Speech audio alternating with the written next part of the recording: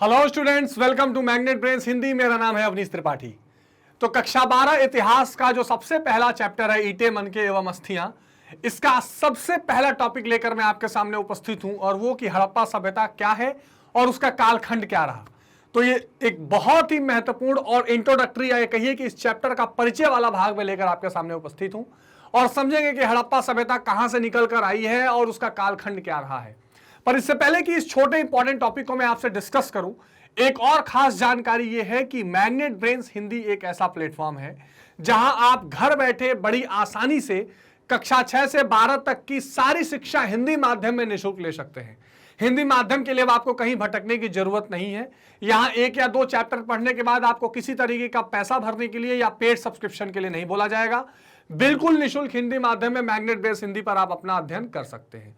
तो इसी बेहद खास जानकारी के साथ स्टार्ट करते हैं ये बेहद खास टॉपिक, हड़प्पा सभ्यता एवं उसका काल, यानी कि हड़प्पा सभ्यता क्या था और उसका टाइम पीरियड क्या था। अब देखिए, एक बहुत महत्वपूर्ण जो पूरा कंसेप्ट है हमारे सामने कि इंडस वैली सिविलाइजेशन के नाम से भी आप जो जानते हैं, सिंधु सभ्यता के नाम से भी जानते हैं और हड़प्पा सभ्यता के नाम से जानते हैं। आखिर ये सभ्यता क्या है और कहां से निकल कर आई। देखिए, जब इसकी खोज हुई, अभी हम ईयर की बात तो करेंगे, जब इसका खोज हुआ उससे पहले हमारे पास जो साक्ष्य मौजूद था वो मुख्यतः अगर आप सभ्यता के हिसाब से या अगर आप ये कहें कि कोई शासन के हिसाब से, वो मौर्य काल तक का था।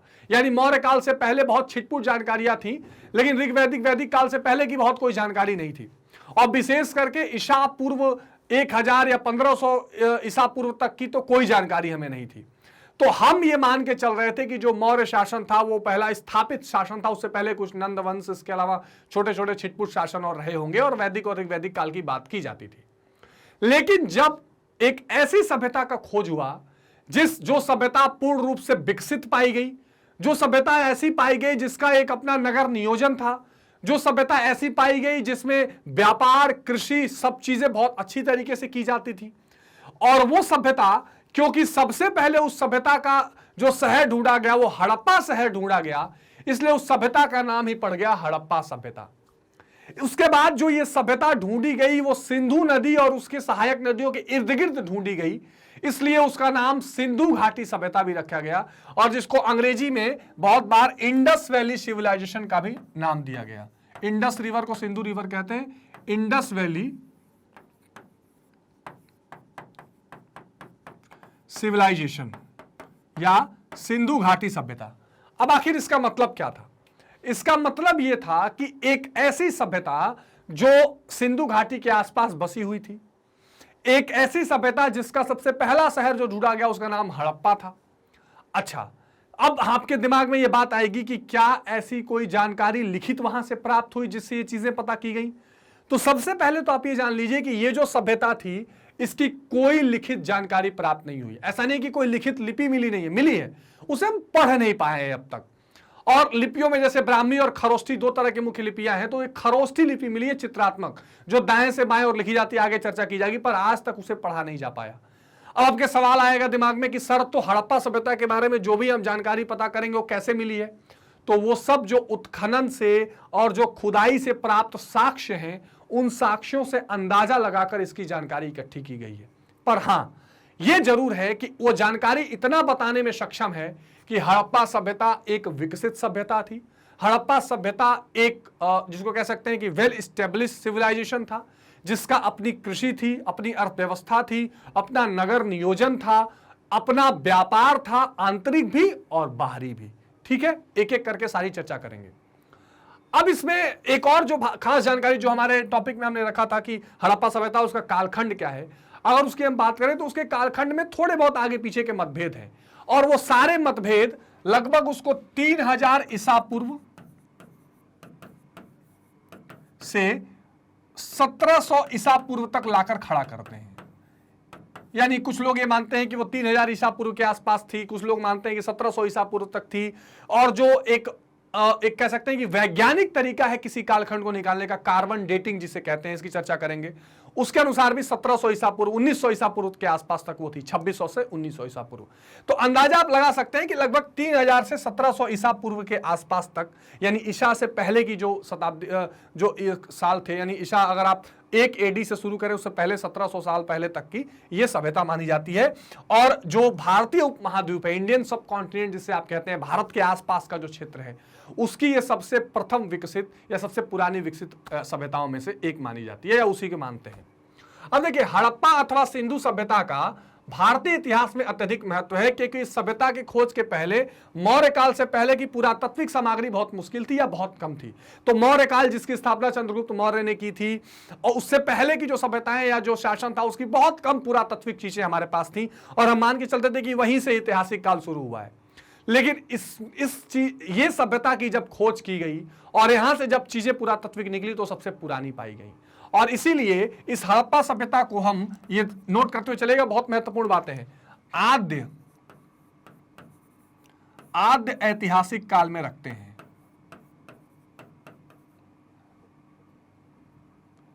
आद्य ऐतिहासिक काल। अब आद्य ऐतिहासिक काल क्या है?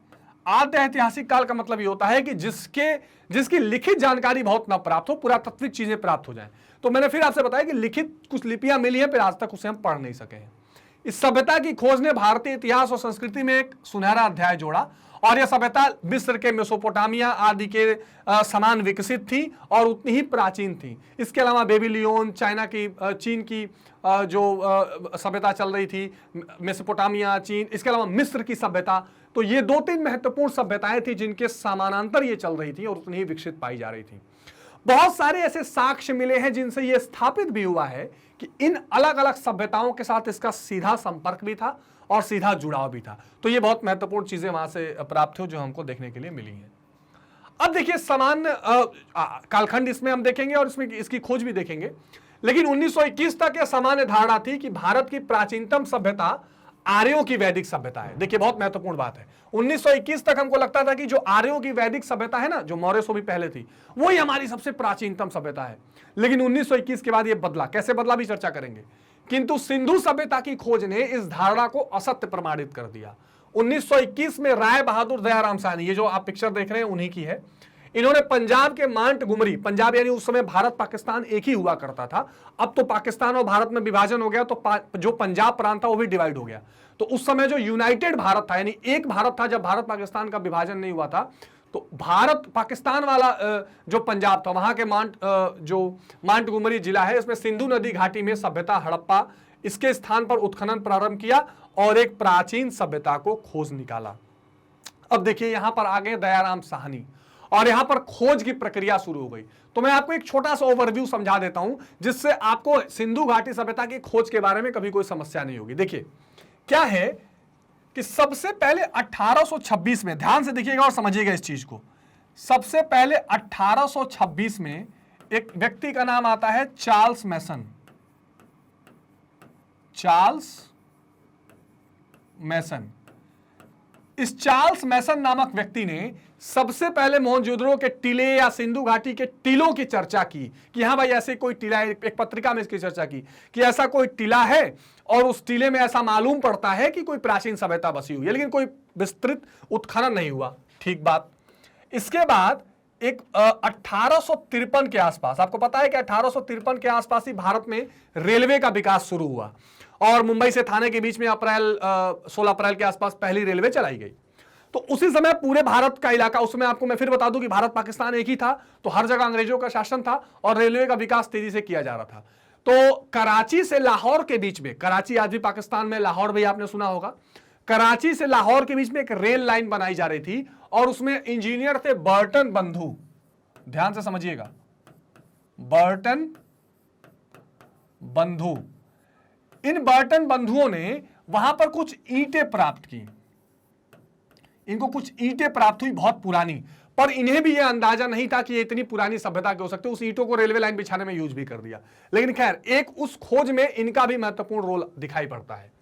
इसके बाद भारतीय पुरातात्विक सर्वेक्षण में के जो सबसे पहले हेड बने थे कनिंघम, उन्होंने भी थोड़ी खोज और खुदाई प्रारंभ की। ठीक, 1856 के आसपास कनिंघम, बहुत महत्वपूर्ण नाम है ये, ये जो भारतीय पुरातत्विक सर्वेक्षण था उसके पहले डायरेक्टर जनरल आप कह सकते हैं। तो कनिंघम ने भी थोड़ी बहुत खुदाई की, लेकिन इनसे थोड़ी चूक हो गई। इन्होंने जो चीजें प्राप्त की या जो चीजें इनको प्राप्त हो गई उसको वो जोड़ नहीं सके कि ये इतनी पुरानी सभ्यता से जुड़ी हुई है। उनको लगता था कि ये वैदिक काल की है, कभी लगता था मौर्य काल की है। So he was not able to establish that this was a example of Sindhu घाटी सभ्यता या इतनी पुरानी किसी सभ्यता का ये अवशेष हो सकता है, ऐसा उनको लगा नहीं। तो इनको पूरा श्रेय नहीं जाता है। लेकिन आखिर वो घड़ी आ गई जिस घड़ी का इंतजार था। 1921 में भारतीय पुरातत्विक सर्वेक्षण के हेड बने कौन? Sir John Marshall. Sir John Marshall. और सर जॉन मार्शल के नेतृत्व में खुदाई प्रारंभ हुई और इसमें इनके नीचे जो काम कर रहे थे राय बहादुर दयाराम साहनी। राय बहादुर दयाराम साहनी, जिनकी चर्चा भी मैंने आपसे की, और एक थे राखल दास बैनर्जी। राखल दास बैनर्जी। ये इतने नाम भी अगर आप ध्यान रखें ना, एमसीक्यूज में हमने डिटेल में इसकी चर्चा भी हम कर लेंगे। राखल दास बैनर्जी, तो इन्होंने 1921 में हड़प्पा की खोज कर दी और इनको श्रेय जाता है मोहनजोदड़ो का, जो 1 साल बाद मिली। मोहनजोदड़ो एक शहर है। मोहनजोदड़ो का मतलब होता है मृत्यु का टीला। ठीक, तो ये 1922 और ये 1921। अब ये देखिए, ये अगर आपने अपने ध्यान में रखा, आप इसको कह सकते हैं बिल्कुल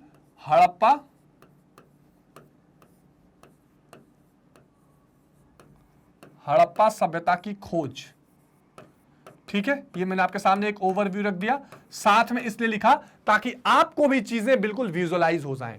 तो चार्ल्स मैसन ने सबसे, मेरे साथ बोलिए, चार्ल्स मैसन ने सबसे पहले क्या किया? इसकी चर्चा की। उसके बाद बर्टन बंधु को कुछ ईंटें प्राप्त हुई। कनिंघम साहब तो बेचारे समझ ही नहीं पाए, कंफ्यूज रहे, लेकिन सर जॉन मार्शल ने खुदाई करवाई और इनके अंदर राय बहादुर दयाराम साहनी ने हड़प्पा और राखल दास बैनर्जी ने मोहनजोदड़ो की खुदाई प्रारंभ की। ठीक, मोहनजोदड़ो की प्राप्ति हुई। तो ये पूरा वो कालखंड रहा, ये पूरा वो दौर रहा जब सिंधु घाटी सभ्यता के बारे में चीजें में पता चली। तो जो लाइन आपने पढ़ा थी कि 1921 की पहले धारणा अलग थी। 1921 के पहले धारणा इसलिए अलग थी कि लगता था कि वैदिक काल ही सबसे पुराना काल है, पर असल में ऐसा था नहीं। और इस खोज ने, दयाराम साहनी, इन खोज ने यह प्रमाणित कर दिया कि इससे पहले भी कुछ प्राचीन सभ्यता थी और उस प्राचीन सभ्यता का नाम फिर हड़प्पा सभ्यता रखा गया। अब देखिए, 1922 ईस्वी में राखल दास बैनर्जी ने हड़प्पा से लगभग 675 किलोमीटर दूर सिंध प्रांत के लरकाना में मोहनजोदड़ो को खोज निकाला। तो पंजाब में हड़प्पा और सिंध प्रांत में मोहनजोदड़ो, जो लरकाना जिला में है, ये राखल दास बैनर्जी ने खोजा। अभी जब मैंने आपसे चर्चा की, प्रारंभ में उत्खनन कार्य सिंधु नदी घाटी में ही किया गया था और वहीं पर अवशेष मिले, इसलिए इसको सिख सभ्यता या सिंधु घाटी सभ्यता का नाम भी दिया गया। तो जो इंडस वैली है, सिंधु की घाटी जो है, उस घाटी में ये खोज प्रारंभ हुई, इसलिए सिंधु घाटी सभ्यता नाम दे दिया गया। अच्छा, पहला शहर हड़प्पा हुआ, इसलिए हड़प्पा सभ्यता भी दिया। अब देखिए, यहां लिखा है, कुछ पुरातत्ववेताओं ने इस पुरातन परंपरा के आधार पर सभ्यता का नामकरण उसके सर्वप्रथम ज्ञात स्थल के नाम पर किया। तो सबसे पहले इसमें हड़प्पा सभ्यता कहा है, क्योंकि अभी तक सिंधु घाटी सभ्यता नाम ही अधिक प्रचलित और प्रसिद्ध है। तो सिंधु घाटी सभ्यता या हड़प्पा सभ्यता, दोनों नाम इससे जोड़कर देखा जाता है। अब अगर जरा सा हम काल देखने का प्रयास करें कि कौन कौन सा वो कालखंड है जिससे हम सिंधु घाटी सभ्यता को जोड़ सकते हैं, तो इसमें आता है कि देखिए, हड़प्पा सभ्यता की तिथि निर्धारित करने के लिए कोई भी साहित्यिक अथवा लिखित प्रमाण नहीं है। देखिए, कुछ ऐसे इतिहास की चीजें हैं जिनका लिखित प्रमाण है। जैसे मान लीजिए कि मौर्य काल के लिए आप 2-3 चीजें बड़े आसानी से देख सकते हैं। चाणक्य द्वारा जो अर्थशास्त्र लिखा गया है, मेगास्थनीज का एक पुस्तक है इंडिका, तो ये लिखित प्रमाण है। इसके अलावा फिर आगे अभिलेख प्राप्त हुए हैं सब कुछ से। लेकिन सिंधु घाटी सभ्यता के साथ समस्या यह है कि कोई लिखित प्रमाण हम पढ़ नहीं पाए। चित्रात्मक लिपि मिली है, और कौन सी महत्वपूर्ण लिपि मिली है, इसको ध्यान रखिएगा, खरोष्ठी लिपि में। खरोष्ठी लिपि का मतलब क्या होता है? इसका मतलब होता है ये लिखी जाती है, जैसे मैं लिख रहा हूं तो ये दाएं से बाएं ओर लिख रहा हूं, माफ करिए, बाएं से दाएं ओर लिख रहा हूं, लेकिन ये लिखी होती है कहां से? दाएं से बाएं। ठीक है, और अभी तक हम इसे पढ़ नहीं पाए हैं, तो इसलिए हम कालखंड एकदम एग्जैक्ट नहीं बता सकते। लेकिन कुछ चीजें होती हैं जहां से हम एक अनुमान लगा सकते हैं। सर जॉन मार्शल, जिनके नेतृत्व में खोज हुई, उनके अनुसार हड़प्पा सभ्यता की तिथि 3250 ईसा पूर्व से 2750 ईसा पूर्व थी और अर्नेस्ट मैके ने 2800 ईसा पूर्व से 2500 ईसा पूर्व माना है।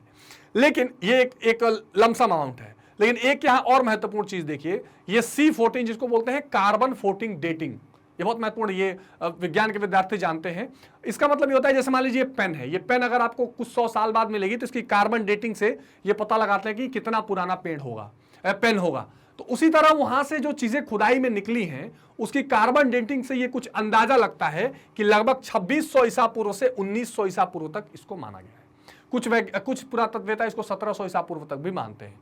लेकिन वही मैं कह रहा हूं कि अगर एक रेंज आप देखें तो लगभग ये 3000 से 1700 ईसा पूर्व तक, ये भी अगर आप लिखते हैं तो ये आपकी कोई गलती नहीं मानी जाएगी, ठीक है, क्योंकि एग्जैक्ट बिल्कुल नहीं बताया गया है, क्योंकि एग्जैक्ट कोई साक्ष्य इसका नहीं मिला है। पर आप इतना जरूर कह सकते हैं कि लगभग ईसा से 1500 वर्ष पूर्व की ये सभ्यता है। तो इतनी पुरानी सभ्यता, और आगे मैं और सेशंस में आपको इसकी विशेषताएं जब चर्चा करूंगा तो आपको लगेगा कि कितनी महत्वपूर्ण ये थी। तो इस सेशन में मैंने बेसिकली क्या किया है, ये प्रयास किया कि आपको हड़प्पा सभ्यता का एक परिचय बताया जाए और इसका एक कालखंड बताया जाए, ठीक है। तो आई होप कि ये परिचय आपको समझ में आया होगा। पूरे भारतीय उपमहाद्वीप का सबसे प्राचीनतम ये सभ्यता प्राप्त हुई। ये पाकिस्तान के जो इसमें मुख्य रूप से खोजा गया 2 शहर हड़प्पा और मोहनजोदड़ो है, जिसको दयाराम साहनी और अखिलदास बनर्जी ने खोजा। जो हड़प्पा है वो पंजाब प्रांत में और जो मोहनजोदड़ो है वो लड़काना जिला सिंध प्रांत में प्राप्त हुई है। कौन कौन लोगों ने इसमें महत्वपूर्ण भूमिका निभाई है, इसकी चर्चा भी हमने इस सेशन में देख लिया। अब आगे के सेशन में इसके विस्तार पर चर्चा करेंगे कि आखिर ये कहां कहां इसका विस्तार हुआ है और इसके निर्माता कौन रहे होंगे, इसकी चर्चा भी थोड़ी करेंगे कि आखिर ये जो ये सभ्यता की खोज की गई उसको किसने बनाया होगा या किसने स्थापित किया होगा।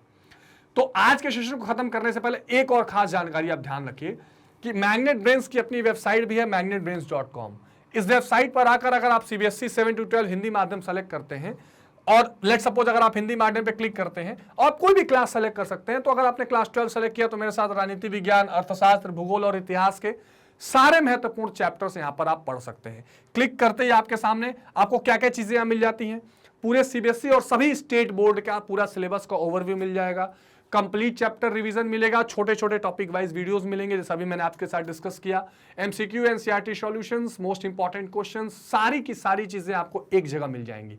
तो ये वेबसाइट पर एक जगह आपको जब मिल जाएगा तो इससे क्या होगा, आपको भटकना नहीं पड़ेगा और आप बिल्कुल बिना किसी डिस्टर्बेंस के पढ़ाई करते रहेंगे और जो भी क्लास आप सेलेक्ट करेंगे तो इस तरह से आपकी ये वीडियो खुलकर आपकी क्लासेस स्टार्ट हो जाएंगी। सबसे खास बात यही है कि बिल्कुल मुफ्त है, इसके लिए आपको कोई सब्सक्रिप्शन नहीं लेना है, कोई पैसा नहीं पे करना है। हाँ, एक तो कमेंट बॉक्स में आप अपना फीडबैक जरूर बताइए, कोई इस टॉपिक में कंफ्यूजन रही हो तो उसको भी बताइए, अपना फीडबैक भी शेयर कीजिए और इसको लाइक शेयर और सब्सक्राइब करते रहिए ताकि हम ज्यादा से ज्यादा वीडियोस लेकर आप तक आते रहें। तो मिलते हैं विद्यार्थियों अगले चैप्टर या इसी चैप्टर के अगले पार्ट में, यानी और छोटे छोटे कंसेप्ट वीडियो से इस चैप्टर को देखते हैं। तब तक अपना बहुत ध्यान रखिए, टेक केयर, बाय बाय।